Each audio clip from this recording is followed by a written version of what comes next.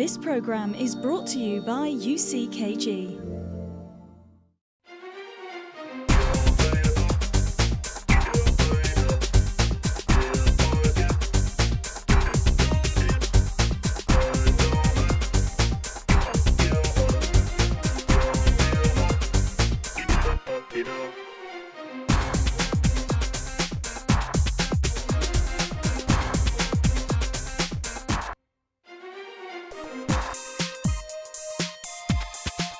Hello and welcome to another fabulous episode of A Different Kind of Woman.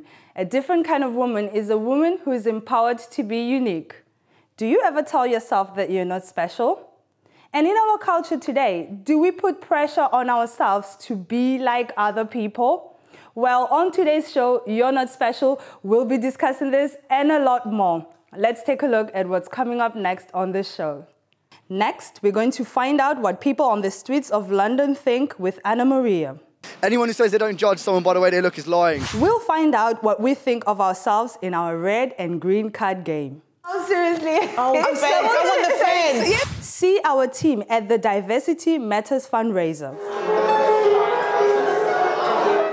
And later, we'll be welcoming Dr. Sally Ann Law, personal and professional life coach, to our studio. You know, we have to be exactly like someone to fit in. Mm-hmm. That's not really true. Well, I'm not alone in studio and the fun has already begun. We're having a laugh even before the show starts. Yeah. I am joined by the Gets to the Point Gemma. Hi everyone. Are you going to get to the point today? To my point. That's what we want to know. And the astonishing Anne. Hi. Hello. Are you going to astonish us with your wonderful opinions today? I will try.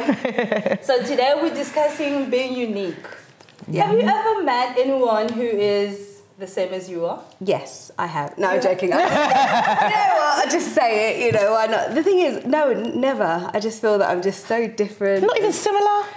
No. Really? No, not really, no. I can't even think of many people who are really similar to me. Like, because I like to have a different opinion and, yeah.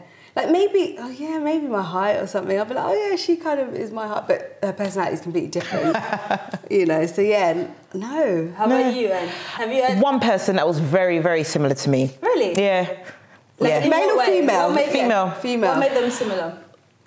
I don't know if it was similar. Actually, it couldn't be that we weren't similar, but we spent so much time together. Our thoughts were similar, our behaviour was similar. Certain things were just so similar, but there were things that just made us different. And I'm talking rubbish here, but yeah, because people say that about my mum actually. That we're very much alike, but then when I look at it, I'm just like, no, but I'm not like that. I'm not like that. Nah, I'm not that. Well, I don't think I've ever met another Motti. I've never met another Motti. There's only one Motti Bernardino, I'm sure. And I think the world thanks whoever for it. It's like, thank you, we can only the world's not big enough. One is enough, isn't it? Yeah. I mean, like you say, we find people that we identify with. Yeah. We kind of like gel together. But someone who's exactly the same, I don't think so. Anyway, we have people on the streets of London. Let's find out what they think with Anna Maria.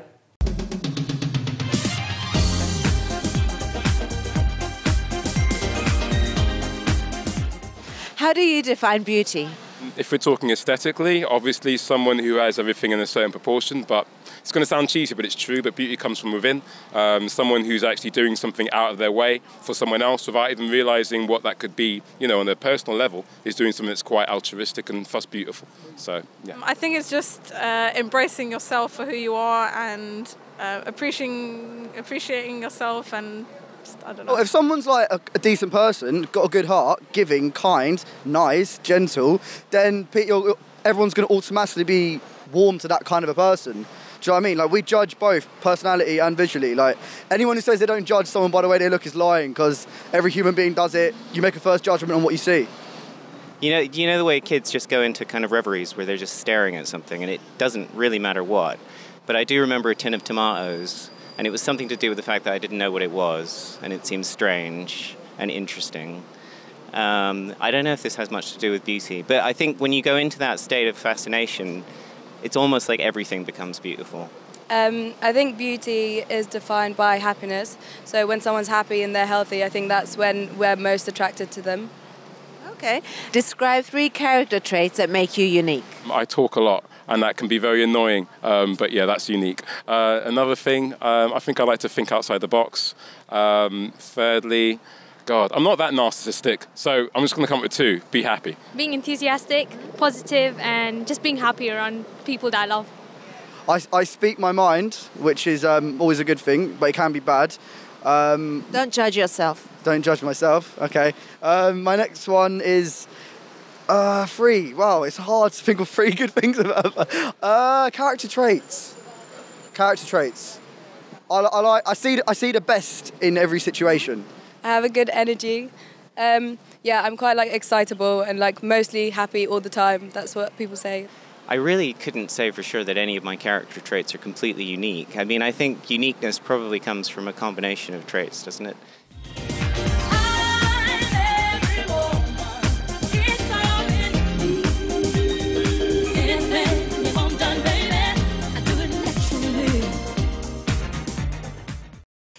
I like the last gentleman. Yeah, I know. He's a thinker. He definitely thinks through. Yeah, definitely.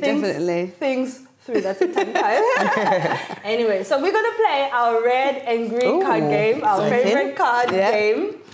You know, red for no. We're going to ask them questions in the studio, and red is going to be no for an answer, and yes is going to be yes. I mean, green is going to be yes for an answer. You guys cannot sit on the fence, okay? Yeah. You have to absolutely give us your opinion. Okay. First question. Do you compare yourself to others often? Okay, I like diversity in this in the studio. So Gemma I compared myself to Anne. I saw she went red. So I was like, Gemma does and does. I'm gonna go green too with Gemma. We're probably gonna agree, but tell us why you say that. You know, I don't feel like genuinely, I don't feel like I negatively compare myself to people, but I'm always trying to be better in life. And I was even saying this to my husband the other day, that I don't like to be among people where I feel, and I know it sounds so arrogant, where I feel that I'm the best. Hear it coming. Yeah. I'll say it anyway, where I feel that I'm the best or the smartest or the what. I've never liked to, because whenever, even in employment, if I feel like, oh, you know what, I am the most intelligent in some ways, obviously people always be better at stuff. I always want to move on because I kind of want to be either like in the middle or just a little bit lower, because that pushes me forward in life. That's how I feel. So I'm constantly comparing myself to other people's situations. But Definitely. only those who are better Definitely the same reason as you. I do it, but not necessarily because, you know, I want to find myself in them. But I'm constantly comparing how well I'm doing and kind of looking at people who can inspire me to be better than I am. So in that way, I kind of look and say, wow, but she kind of excels in that. So I want to excel the same way. But obviously, you gravitate towards people who will push out your own unique qualities, right? Things that you've defined in yourself. Yeah, that's a really good point. So you obviously don't. No, I don't. I imagine you care less. Well, I think I in different areas of my life, I put a target, a goal, and I go for it, regardless of where people are in their own line of reaching wherever they are. Is irrelevant to me. I say to myself, right, this is where I want to be, this is how I want to look, this is what I want to do, and whether anyone else is there or not, or on that path or ahead or whatever, for me, it's... Couldn't care less. No. Want of a better word, of course, but no. Go get her in. I know, isn't it? Love it. She sets the bar. I know. You don't follow. Well, not like that. It's funny, you know, though, I must say, though, just thinking about it, I was thinking maybe just a little bit more when I was a little bit younger, but I do compare myself beauty-wise, beauty and weight, definitely, and that hasn't served me well. Like, I'm like, oh my gosh, she's 13, she's got that tiny waist, she's... Well, Gemma, you got too many cakes or too many pies. That is the one thing that, definitely I see as a negative in me, like in comparisons, weight and stuff. I think that applies to most women, right? It's like the confident we are, you kind of look at someone's... I mean, in your what you define as your standard of beauty, you look at someone who fits that standard better than you, and you kind of think, I should push myself. I know. And there's certain times of the month where I'm more confident than others, so it's like, it just depends, really. And we have the next question. Okay. Do you guys think you are ugly? Oh, I definitely Sorry, hang on, I'm confused. You're confused. Don't worry, Anne. You're beautiful. No, I'm confused with colours. What the colours mean? This means no, No, red for no. Well, yeah, I mean, that was a no-brainer, right?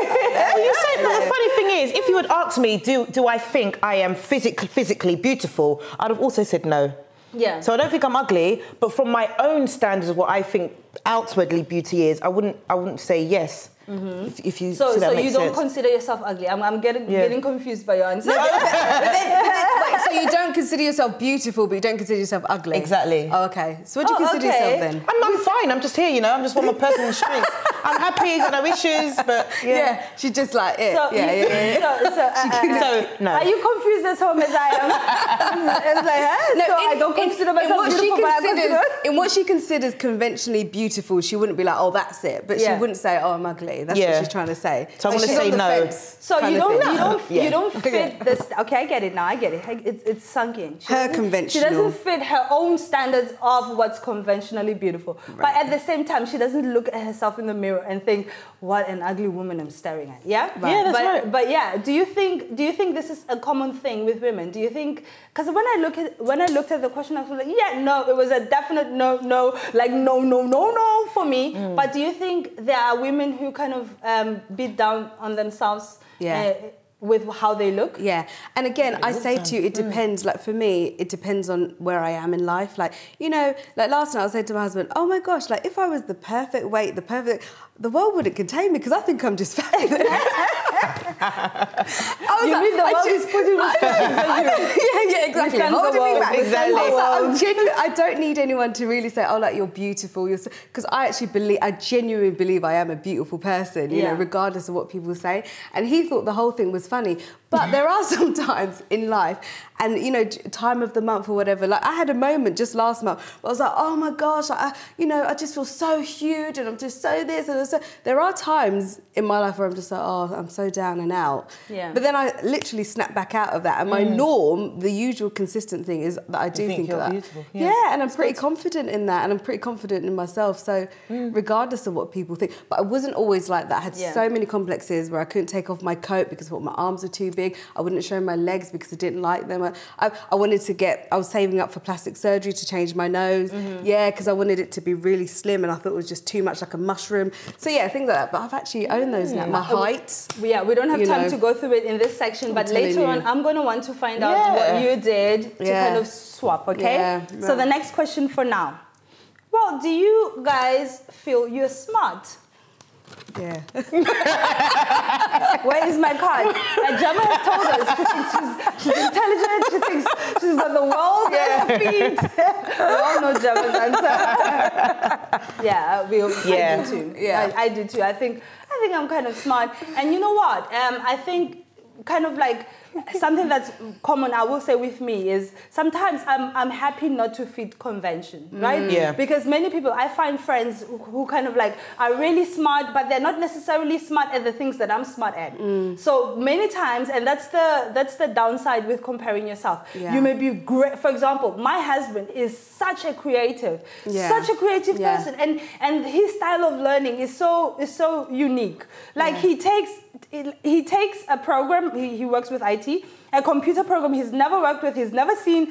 He kind of sits with himself, teaches himself, figures it out. I would never be like that. Right. And then I kind of look at him and think, wow, he's so intelligent. Yeah, I think you're intelligent, honey. He's so intelligent. But I'm not like that. But so, if I were to compare myself, then I would make myself feel like I'm stupid, I'm not good enough. But I appreciate my own intelligence, which may be different from his, but it's still a form of intelligence. So, you know, something that you should bear in mind in today's show is don't restrict yourself to convention, right? Exactly. Don't restrict yourself to what is conventionally accepted, because you may be unique and you may be different. Exactly. Very true. Okay, my moment of preaching there.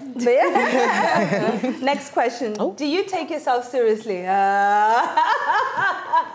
Do you take yourself seriously? Oh, I'm on the fence. I'm kind of on this.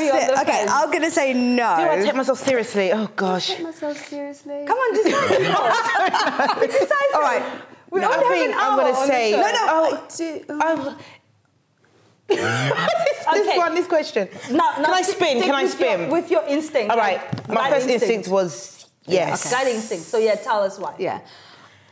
I think I take life seriously and, you know, my values seriously. Yeah. But I kind of was thinking along the lines of the whole joke, because I'm very jokey. Yeah. A lot of people don't know that about me, but in my family, I'm probably the biggest joker of all. So, and I try not to worry about stuff too much. Yeah. Or let things put me down for too long. I try to just think, oh, it's getting me down, or I've got this problem, all right, what's the solution, and move on. I just think life's too short. So I do take myself seriously, but I was kind of on the fence because of that. For that reason. Because you're a jokester. Kind of like me, I'm a jokester. I don't take myself seriously. Yeah. I really don't.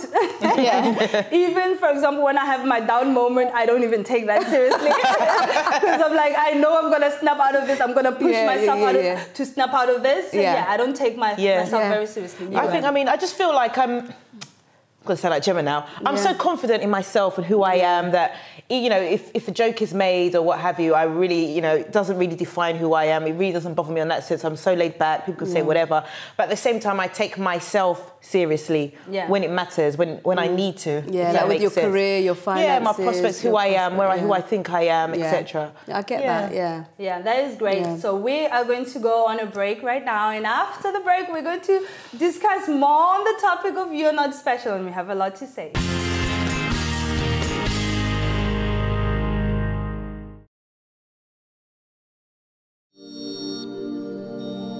This program is brought to you by UCKG.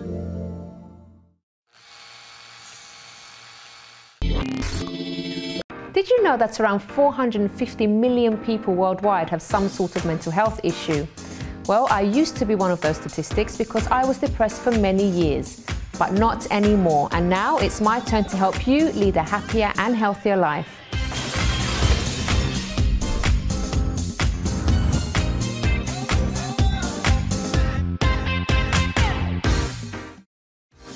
Monday, Wednesday and Friday, Chrissy B Show.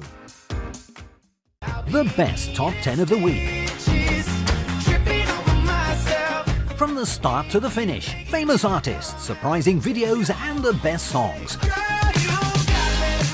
Which are going to be this week's greatest hits. Sunday, My Top 10.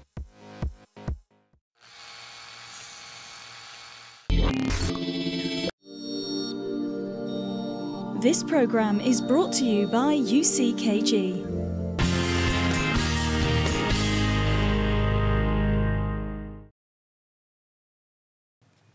Welcome back. So before the break, we played our favorite red and green card game to see how much we love ourselves. You guys did well. We have a lot of self-love in the studio. And you know what? Something that was interesting when we watched the video with the people on the giving their opinions on the street was they were asked to list their qualities, list your qualities. And I remember being asked that a while back. It was a while back. So we were playing a game, and it was just for us to get to know each other. And we kind of picked out questions from a box, and we answered those questions so other people could know us. And it wasn't a question, but the prompt that I picked up was, tell us 5 qualities about yourself.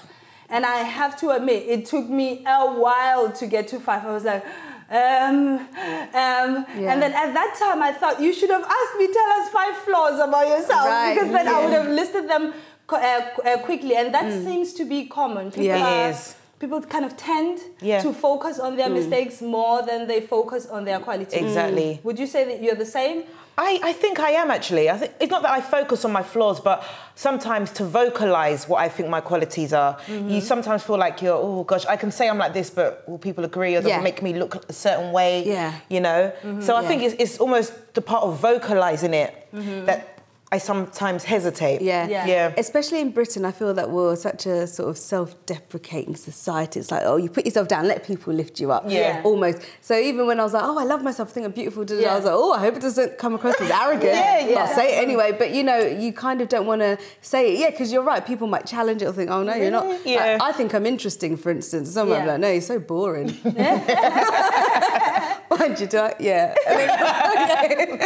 Yeah, do you know what I mean? It's all subjective, isn't it, really? Yeah. You make a good point, though, because you know what? I think when you are a confident person, normally what happens is if people around you are not that confident, they may find your confidence offensive at times. Yes. And so we kind of learn to be politically correct. Yeah. So you kind of know, you know what, I appreciate myself, but at the same time, I'm going to rein it in. Right. Yeah. But the thing that happens is with time, you get used to reining in your qualities. And when you need to reinforce them to yourself, when you're facing insecurities and you need to remember that actually I am unique and actually I am special, you've lost the habit. Exactly. Even the thought in your mind, in your own mind, you're not vocalizing it to anyone. You're like, I'm so intelligent. That's so arrogant, Monty. Right, exactly. I know. For example, I have this habit. Every time that I try to figure out something that's very, very hard, and it's confusing me, and I'm thinking, how do I get through this? And I manage to figure it out at some point. The first thing that I say is, I'm so intelligent. And I tell you, almost all the time, that thought is followed with, come on, get a grip on yourself. I know. And How do we do that? You know what? That's culture as well. Because in some cultures, it's like, you know, even when you receive a compliment, it's like, oh no, it's fine. Oh no, it was nothing. It was nothing. Or oh, it wasn't me. It was. You know, it's like we get embarrassed when people compliment us. So sometimes it's cultural. I've got to put my hands up to that. I am the queen of that. At work, they're so good at giving compliments. And it's not that I hate it, but you don't know what to do. Where do I put my eyes? How do I respond? Do I say thank you? So all week we've had a few big events this week at work, and I've been receiving so many compliments, and it's like, oh thank you, oh it was the team, oh no it wasn't me, oh please, it was me, you know. It is what it is, isn't it? Exactly. But you just don't know how to. Well, I don't know how to respond. I don't want to be seen as being, I don't know, arrogant. It's embarrassing. It's weird. Exactly. Yeah. It's uncomfortable. Yeah. So guys, you know, you don't have to feel embarrassed when you get complimented. It's not being arrogant. It's just simply recognizing a quality about yourself. And being balanced is being able to recognize both. So you know what you have to work on, what you have to improve, but you also know what you have to excel, what you excel in. And that's important to know, because then you reinforce those qualities. You're not going to lose them. And so, you know, backtrack. Exactly. So now, kind of thinking of, we're speaking about being unique, and being unique is also the opposite of being diverse. I mean, part of being unique is able to fit in diversity. I know you may not understand what I'm saying. My train of thought was not clear there, so I will be clear. You know, part of being unique is able to fit in diversity. We live in a diverse world, and being able to fit in a diverse world and still be appreciative of yourself. Right. It's kind of hard. Yeah. Research shows, for example, like, you know, when you have societies that are socially diverse, kind of like London. In London, you come to London, you find a lot of cultures here. I mean, you have people from different backgrounds, different races, different cultures, different genders. So the society is diverse, and the tendency is people who grow up in societies that are diverse become diverse people, become open people. Whereas people who grow up in homogeneous societies that are kind of like, you know, everybody's the same in those rural small countries, they will tend to be kind of the same with each other, not very, very diverse. Would you say your culture in London and your life in London has contributed to you being people who are diverse? Has that been a positive thing? Yeah, I think what it is because you're surrounded by different cultures, backgrounds, races, like you said, sometimes you can see like, oh, actually they do things really differently. Yeah. You know, like I work in a global company and the Americans and the Germans are completely different and the people from Hong Kong are completely different. But it's like, and I find myself changing my tone of emails, the way I speak, depending on who I'm speaking to. So I think there is that, like you start to change yourself, but there is also the thing of you can take the best of certain cultures and implement it into your own life. So I think that's why you can never find two people that are exactly the same because of their experiences are always different. And I find that, you know, when you are around different people, maybe there's a better way of doing things or a better way of thinking about something. You know, even within marriage, which I find just because my husband's male and I'm female, the way that he thinks about things is completely different. So although I've only been with him for 3 years, I find that my way of thinking is a lot more open than when I wasn't with him, just because he's kind of like, no, but think about it this way. So I think that the more people that you're open to, you then sort of get a broader understanding of different people. That is very true. But I do find that sometimes it's, in a place like London, like you said, that it's so diverse and we have all those opportunities, such as Jem was saying, sometimes we are still bound by the close-knit mindset of our own personal community. So we can live in London, but then we have the community of our home. You know, we can live in London, but we can have the community of, or the way of thinking of our workplace or whatever social groups we go. So even though the opportunity is there, sometimes we don't always embrace it as much as we should because of what we're used to hearing or what we're used to learning. That can sometimes prohibit us from being as maybe open-minded or as, you know, getting the most out of being in a diverse city such as London. I mean, you make a good point. We're all comfortable with what we know, with the things that we know, but at the same time, diversity is such a huge opportunity for you to expand yourself. You mentioned your marriage. I use my marriage as an example. In my marriage, I have South Africa and Portugal in one room.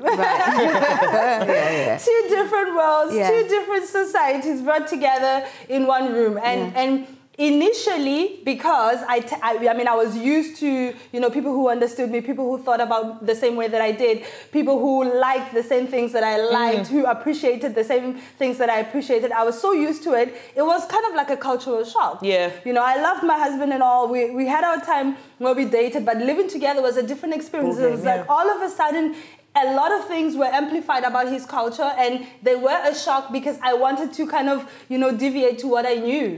But when I allowed myself to be open and to kind of learn about his culture, understand the differences between our culture, and even try to embrace his culture, bring his culture and make it mine, it kind of completely changed me as a person. It made me such a broad-minded person, and that extended to how I dealt with other people outside of our home. So you know what? It may be intimidating when you're faced with diversity. It may be intimidating when you don't find the things that you can identify with, but at the same time, it's an opportunity for you to be diverse. So think about that. We're going to go on a break. But before we go on a break, our team visited the Diversity Matters fundraiser, and let's see how they fared.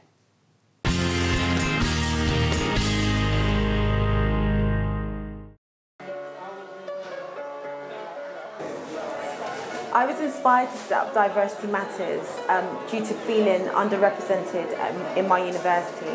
So I studied journalism and all my lecturers were white and male up until very recently. So when I was running the African Caribbean Society, I would invite industry professionals to come in, and they looked like me, and that actually boosted my confidence. So I wanted to set up something that I could take away with me, that I could still use within a university environment, but it didn't have the university's name on it, and it just meant that, therefore, get the message of what I'm trying to do out there in a wider audience.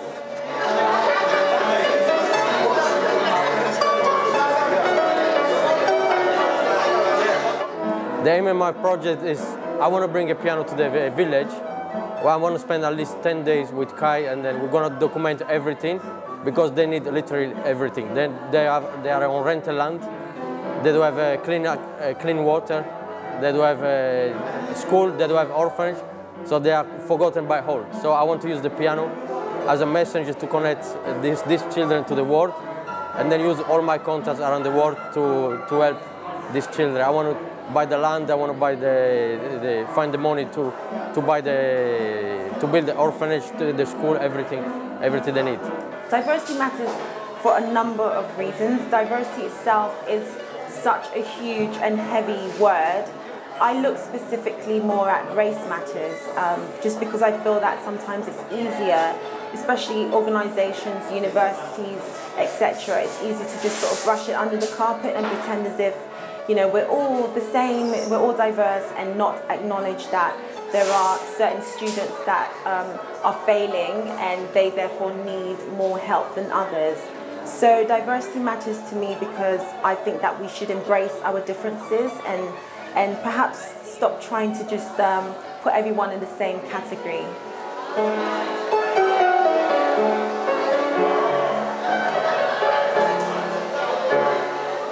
What can be unfortunate is when people don't have the platform to be able to fully tell their stories. And I think that's where the gift of writing or being a journalist comes in, because then I'm also able to tell their stories to a wider audience. I think how that fits in with the exhibition tonight is we've got some artists who are actually not even based in London. So we've got an artist from Brazil, and we've got another one from Germany. And I just think it just shows that with art, with anything creative, you can be international. Events like this are important. It's obviously given me a platform to show my work, because I'd like to get my work out there. And I've had some interesting discussions today about diversity and about my heritage and how I feel about being British or Black British. So, you know, it raises debate, doesn't it, and discussion. It brings people together. I think that it's important because many people are not aware that there's still this stigma about race and gender. So many people think that women are men and equal these days, and there's no racism. But like pretty often we can still experience that. So I think that events like that are a good way for people to talk about it more openly and to show that, to spread the equality. Diversity matters because for me we all living in the same planet, but until today there's always problem. There's a class, there's a privilege. So I think everybody they should have their own voice. We should have equality, and then so diversity for me is very important. Everybody should be able to express themselves.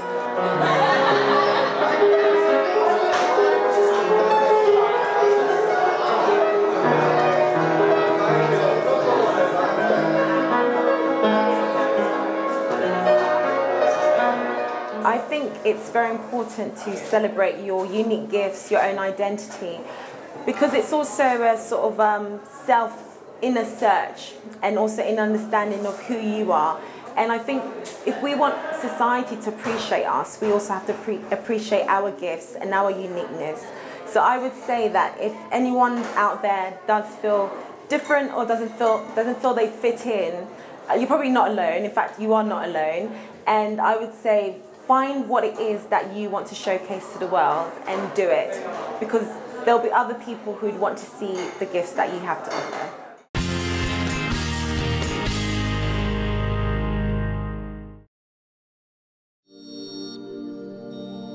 This program is brought to you by UCKG.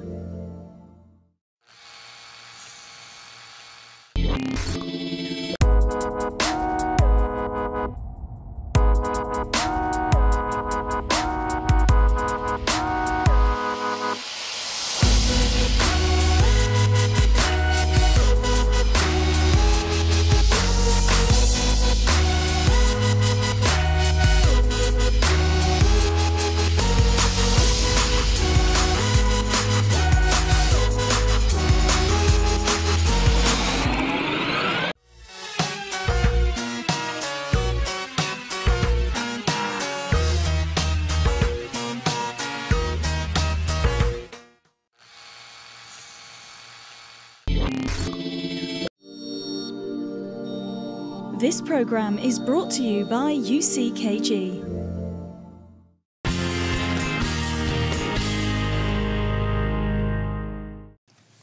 Welcome back. On today's show, You're Not Special, we've been discussing our own uniqueness and discussing how we can appreciate our uniqueness in general.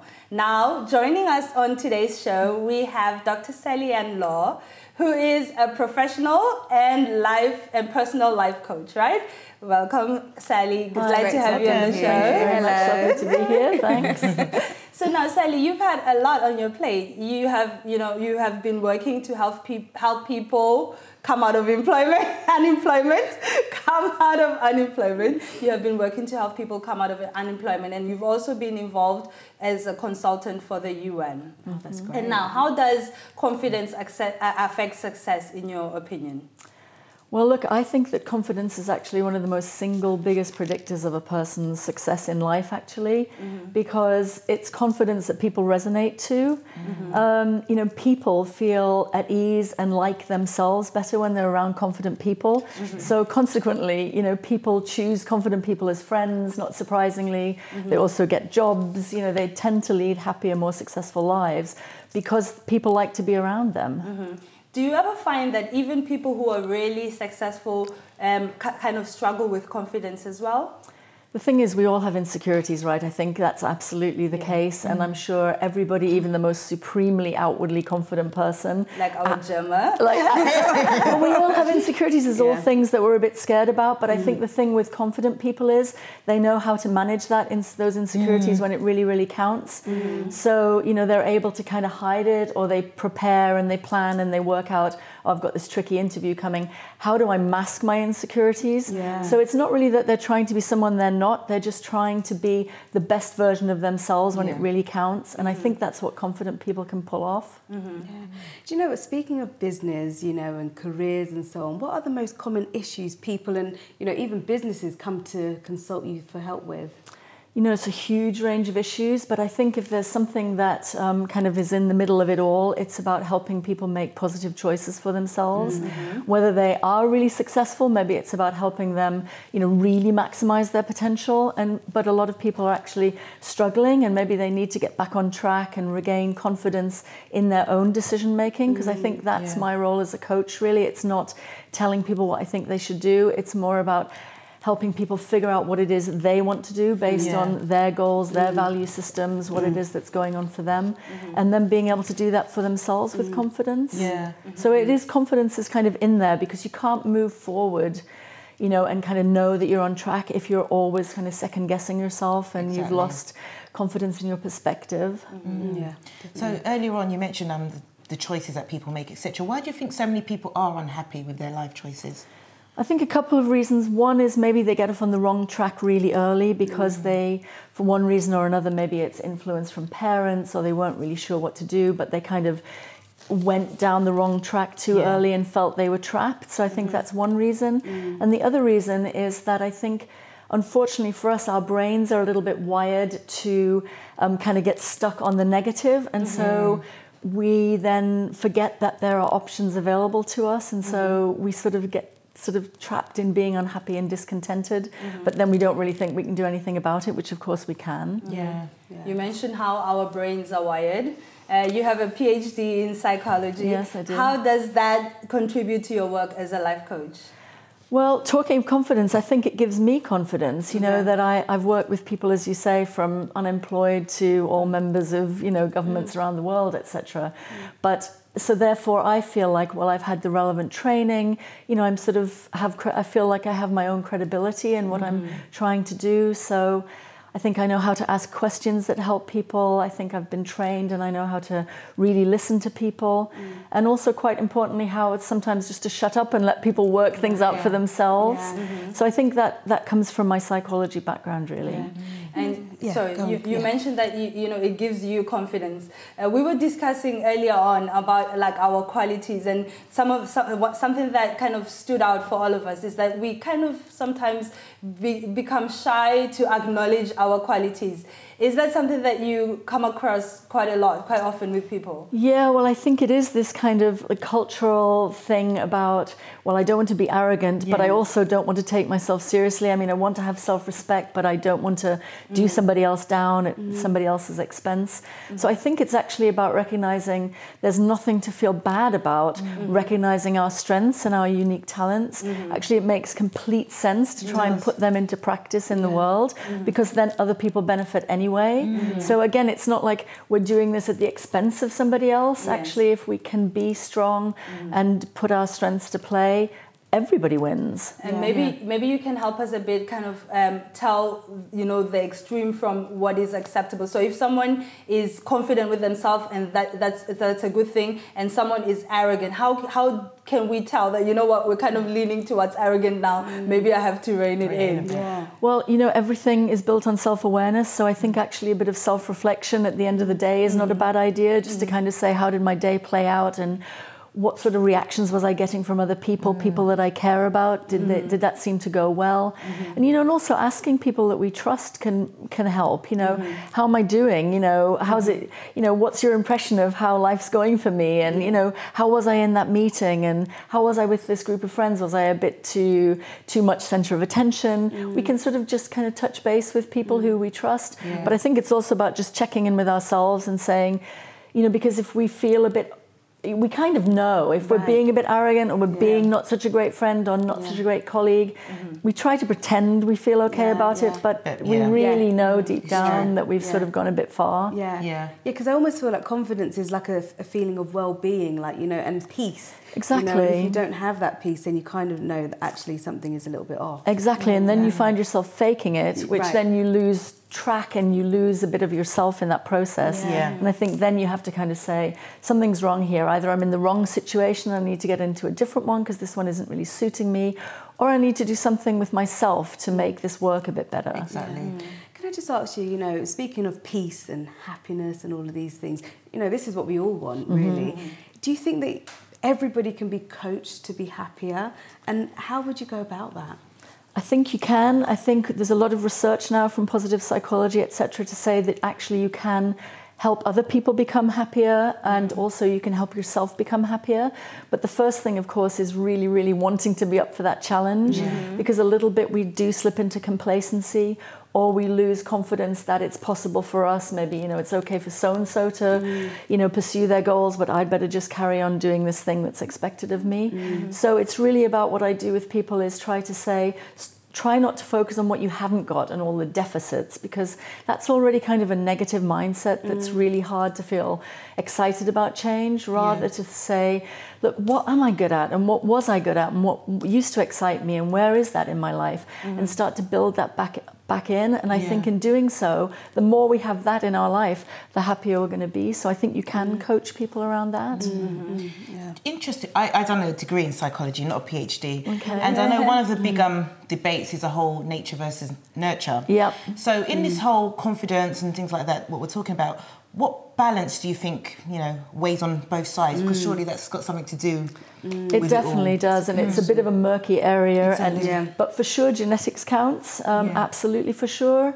We're not 100% sure how much of it is accounted for by genetics. But the other thing that's also true, it is the nature-nurture thing, is, what kind of examples we had from people that we trusted, obviously particularly parents and people at school, and how much encouragement we got. But the other important thing to remember is no matter how old we are, there's still things we can do. But it's about trying to look to see, have we got the right people in our lives? Are we making the kind of choices that are, sort of synonymous with our value system?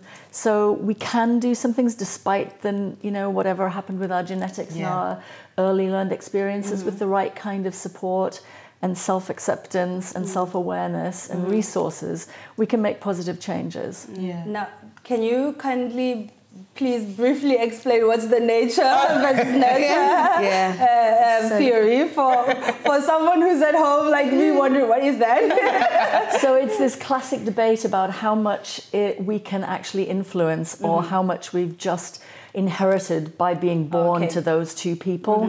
So, we share 50% of our genetic makeup from each parent, and that's a fact.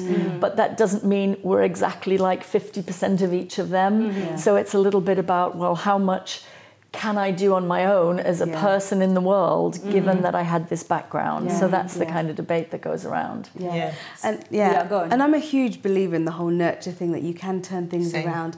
But something that when you're talking, I'm actually listening to you and thinking a lot of it is the work that we've got to put in. And I just feel that people, especially in a busy society, like even in London, they don't do a lot of this self-reflection and, you know, how does my attitude impact other people or even myself? And I think that's some of the problem, because a lot of people don't take the time to sit down and think, okay, where am I going in life, or how can I make myself happier? That's really interesting. Well, that's the kind of thing. There's one of the things that you can have little tricks about that, and one of them is, I don't know if you're familiar with it, it's called the gratitude exercise, and it comes again out of positive psychology, but it's this idea that ideally every day, but so many times a week as you possibly can, you take a bit of time at the end of the day and you either write down or you talk it through with your family members or somebody that you love, and you say, you know, look, I'd like to tell you about 3 things that I'm grateful for that happened today, or 3 things that I'm kind of proud of myself for having done, and it can be little things like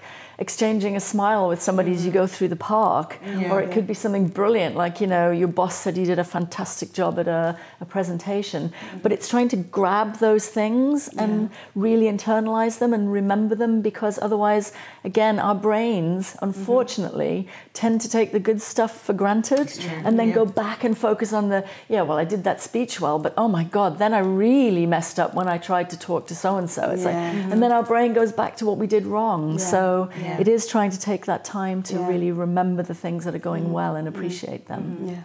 And earlier we spoke about sometimes people finding it difficult to exist in diverse societies. Like if they find that the other people around them are culturally different or different gender, different race, they may find it hard to kind of exist and feel good about themselves in that society. So how can we learn to appreciate our own uniqueness in a diverse society? Yeah, well, I think it is a tricky one because, of course, you know, one of the things that we yearn to do, I think, is fit in. But of course, when we're trying to fit in, what we're again doing is setting ourselves up as being different from this in-group or these people who seem to be having more fun or more power or seem to understand the world a bit better than we do. So what we have to first do is try and recognize our own qualities and say, I'm going to bring those to this group and I'm going to assume they'll be accepted. And that doesn't mean also that I need to be defensive about other people who are doing well in that group. Because I think the more we can get away from feeling, you know, we have to be exactly like someone to fit in, that's not really true. We have to sort of be confident in ourselves and try to understand what we're bringing to the picture. But then also, I think you were maybe saying early, you know, be able to learn and accept from other people and change as we go along. So, you know, I think diversity, it can only be a great thing, but it's only great if we can relax and just not think, oh my God, you know, what if I'm found wanting? What if, you know, I show up here and, you know, they're all better than me? Then, you know, then that's going to make us very defensive and bring out the worst in us. And with the key, I mean, to recognizing our own qualities. Sometimes, you know, I realize that you may have a certain quality, but it may pass you by. You may not recognize that as a quality. So what can we do to be able to kind of identify the good things in us? Yeah, you know, it's that thing about self-reflection. It's about looking back to think, before I was a kind of a grown-up, what kinds of things did I do well? What kinds of things did I get joy from? What did I get a lot of really lovely feedback about? What did my teachers say? You know, try to think, well, where is that in my life as a grown-up now? You know, it's kind of no good to us to be really good at, I don't know, talking to people and working with people if in our jobs we're behind a computer screen the whole time and we don't talk to people. That's not really bringing our strengths to bear to the world. And also we're probably going to have a pretty miserable day because we're not doing on a day-to-day basis the kinds of things that make us happy. So it's about trying to really remember what it is that we're good at and what we like doing and trying to do that more in the world. And feedback is great because I know that some of my confidence and things that I've recognized as, you know, qualities in myself came from feedback from people. People constantly said, oh, you're good at this and you're good at that. And that made me realize, actually, a lot of people are saying this, I must be good at it. Exactly. So feedback is important. Listen to what people are saying to you. Don't just shut it off like, no, that's not me. Listen, take it in because it's going to help you recognize your own good qualities. Thank you so much, Dr. Sally and Law for coming on our show and shedding such important information with our viewers and with us. We've learned a lot. So thank you very much. My pleasure. We're going to go for a break, and after the break we'll be back discussing You're Not Special.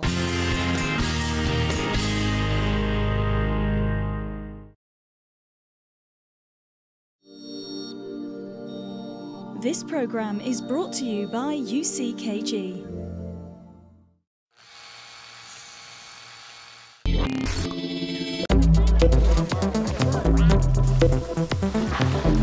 Little things can have a huge impact. Throughout the world,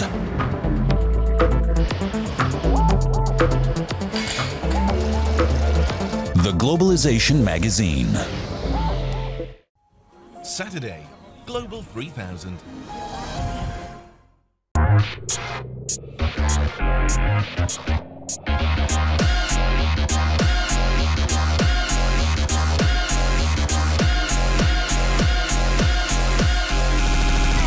Virtual expanses, the internet, more and more possibilities and technological innovations. Saturday, Shift.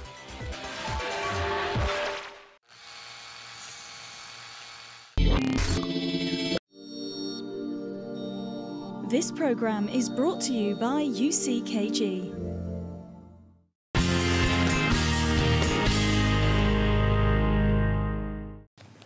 Hello, welcome back to our show. On today's episode, You're Not Special. We've been discussing how to celebrate your uniqueness, right? Yeah. Dr. Sally and Law definitely had a lot of positive yeah, it was really feedback, helpful information for all of us. Yeah. So what is it that resonated the most with you from what she said? I think taking some time out to reflect in general, you know, thinking about our behaviours, attitudes and, you know, where we're going in life. I think self-reflection is really important. So that really resonated with me. And I absolutely love the exercise about gratitude. Yeah. You know, trying to pick out a couple of things every single day that we're grateful for, because a lot of the time we can moan and complain and, you know, not really appreciate things in life. But, you know, to be honest, if we were to say, actually, even if it's small things, what we consider small, I'm grateful for this, it will probably make us more positive and more happy, I think. So that was really important. Yeah, definitely. I mean, I really, like Gemma said, I think I'm going to actually start doing that, to be honest, about that whole taking a moment to reflect. Definitely going to be doing that. As well as that, I like the response that she gave about how to deal with compliments, because as mentioned earlier on in the show, that's something that I don't know how to do. So already in my mind, I was like, right, I'm going to start doing this, going to start doing that. So I think that's something that I can take personally. And I know that it's something a lot of people have issues with dealing with. So definitely that. Definitely. Yeah. You know, speaking of self-reflection, I mean, we know, you understand it as a theory, but I don't think people appreciate how difficult it can be as an exercise. Difficult because we're not really self-aware. Many times, for example, I have the privilege of getting a lot of feedback from my friends. I have friends who don't hold back. They don't hold back in compliments, and also they don't hold back with criticism, right? They compliment me a lot, but if I do something that is, you know, that doesn't sit well with them, or that doesn't reflect me in a good light, they will come and they will say something about it. Yeah. And I will tell you, most of the times that people give me feedback, an initial reaction is like, am I like that? Do I really do that? Really? And when I take time and I kind of think and I allow what they say to come in and I internalize what they say, then it's like situations come and play out in my mind. Yeah, you did that day. You did that on that occasion. Yeah, you said that way on that occasion. So it's not something that we kind of tend to do, self-reflection. Yeah. And I think it's something that we cannot afford not to do. Exactly. If we are to appreciate our own uniqueness and even, you know, be the best version of ourselves, we need to be able to understand who we are. Otherwise, how can we defend a uniqueness that we don't even know, right? Exactly. So you, Gemma, are you someone who is good with self-reflection because it's something that resonated with you? Yeah. Is it something that you're good at?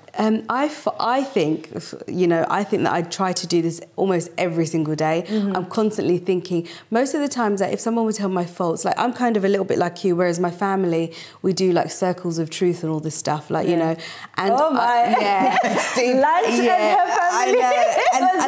I tell people this story all the time and they don't believe me. Even when I met my husband, he came to the table for family dinner and there were 14 members of my family and each of them had to say what they thought was my flaw.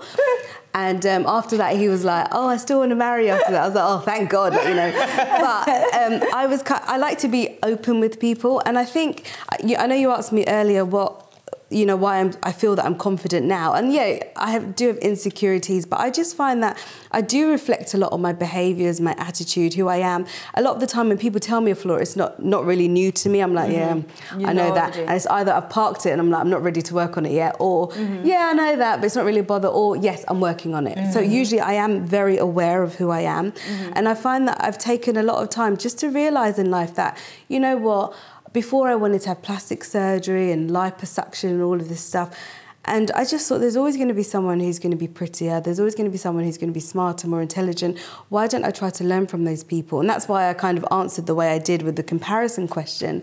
Why don't I learn from it instead of making it a negative thing? Because in life, even as we age, there's going to be someone more younger, more successful, more beautiful. And I kind of just had to make peace with that, to be honest with you, and just own who I am and my talents and what I'm good at, and just sort of say, you know what? This is me, and I can make myself better rather than putting myself down all the time and just making myself unhappy. And I think I've kind of made peace with that. Obviously I have my struggles every single day. Like, you know, you're thinking, like sometimes you will compare yourself or you will have an insecurity, but I try to work on that.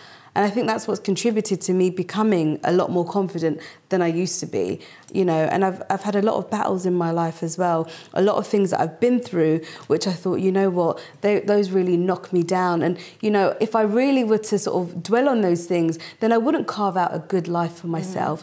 But I'm always trying to strive to have a better life. I know I'm not perfect. I try not to say like, oh, I've got the world at my feet or whatever, because, you know, I have to work really hard for everything that I've got. But because I know that I'm constantly working towards it, it makes me confident that actually I am carving out a good life and I will get there, you know. You know, Jama, listening to you, I mean, I appreciate what you're saying. You learned to make peace. You learned to work through insecurities that were coming your way. But someone who's listening and struggling with it at this particular moment, that may be hard for them to understand what it is exactly that you did. So can you just give them like practical things that you did to be able to make peace? What is it that you told yourself? When that insecurity came, what is it that you did at that moment that helped you to turn it around so that they can, you know, learn from your book? That's a good point, actually, because it's something that I still do now. When insecurities come now, because I don't want to come across like, oh, I'm perfect and life's great and da-da-da. You know, but when insecurities come now, I try to be logical about it. Am I going to change it? Like I always talk about the weight on my show, and the fact that I talk about it is like, I've made peace with it. So either you stop eating the cakes or you do something about it or just own it. And I'm the sort of person who's like, if I'm willing to do something about it, let's work on it. Or if there's nothing that I can do about it, like my height, I'm 5'2.5". There's nothing that I'm going to be able to do about it.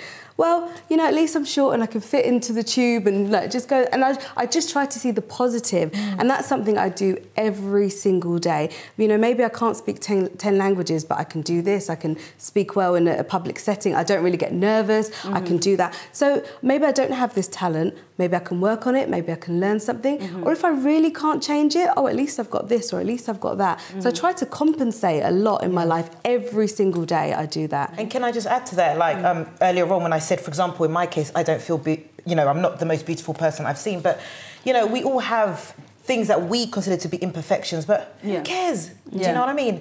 I've never allowed that opinion of myself to stop me from doing anything, from being anything, from maybe thinking, oh, well, you know, I'm not this enough or that enough. And I think because of those imperfections, I actually feel now more confident because that confidence is not based on something that I have, but because of who I am, if that makes sense. So, you know, I may not be, or a person who's watching may not have this quality that they want to have or look a certain way or feel that they're intelligent enough, but you can still be all that you want to be with or without those things. And when you push yourself and actually achieve it, your confidence raises as well. You know, we don't need to be taller or slimmer or this or that or that to be happy. And when you have that confidence, people see it as well. And you find yourself being more confident than the person that you think is amazing. You find yourself being more confident in the person that is more educated than you. Because it's not a combination of things that you have or do not have. It's how you see yourself. You know, it's looking at what you do have and appreciating those things, you know. I would encourage our viewers not to look outside of themselves to define what success is for them. You know what I mean? If you, for example, if you were to design the perfect person, don't design the perfect person because you're looking at someone else. Define the perfect person based on who you are and what works for you on your own morals. So look inside of you. What is it that makes me happy? What is it what are the principles that I'm embracing in life that I would like to live with? And based on that, work on yourself to be this best version of yourself. So always be yourself. Never, ever, ever look at someone else. We are 6 billion people, over 6 billion people in this world, and none of us are the same. That says a lot in itself. It means we all have qualities that nobody else is going to have. And why would we want to give that up in order to embrace someone else's quality? So you know what? Have an original and a cheap copy of someone else instead of have two originals. So be an original, be the best version of yourself. And that's it. Now it's our turn for us to hear from you. What is it that you've understood from this show that stood out for you, that resonated for you? Leave us your comments on Twitter, on Facebook, or you can email us at comments@dkw.me or help@dkw.me. And join us next week for another exciting episode of a different kind of woman, DKW. And until then, it's goodbye.